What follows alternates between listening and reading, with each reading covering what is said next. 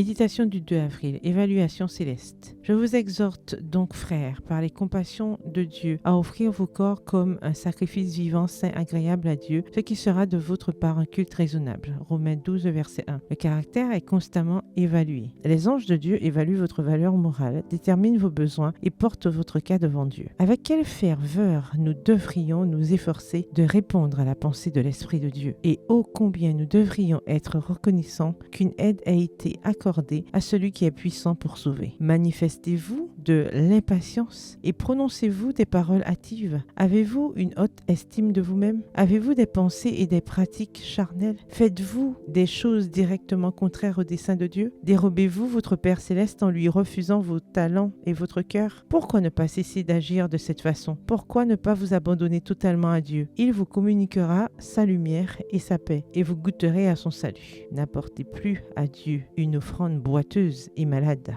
Vos forces mentales et physiques sont affaiblies par votre comportement transgressif. Mais une telle offrande n'est pas acceptable au ciel. Pourquoi ne pas venir et être guéri de vos infirmités et offrir un sacrifice vivant, saint et sans défaut? Avez-vous volé Dieu dans les dîmes et les offrandes? Voici une instruction pour vous. Le Seigneur dit: apportez à la maison du trésor toute la dîme, afin qu'il y ait des provisions dans ma maison. Mettez-moi de la sorte à l'épreuve, dit l'Éternel des armées, et vous verrez si je n'ouvre pas pour vous les écluses du ciel. Si je ne déverse pas pour vous la bénédiction au-delà de toute mesure. Malachie 3, le verset 10. Pourquoi ne pas prendre le Seigneur au mot? C'est notre privilège de pouvoir expérimenter la joie du Christ. Il serait difficile de convaincre ceux qui ont goûté à la riche connaissance du Christ du fait qu'il est comme une racine qui sort d'une terre aride, sans forme ni beauté, et qu'il peut devenir pour nos âmes le premier entre 10 000 et une personne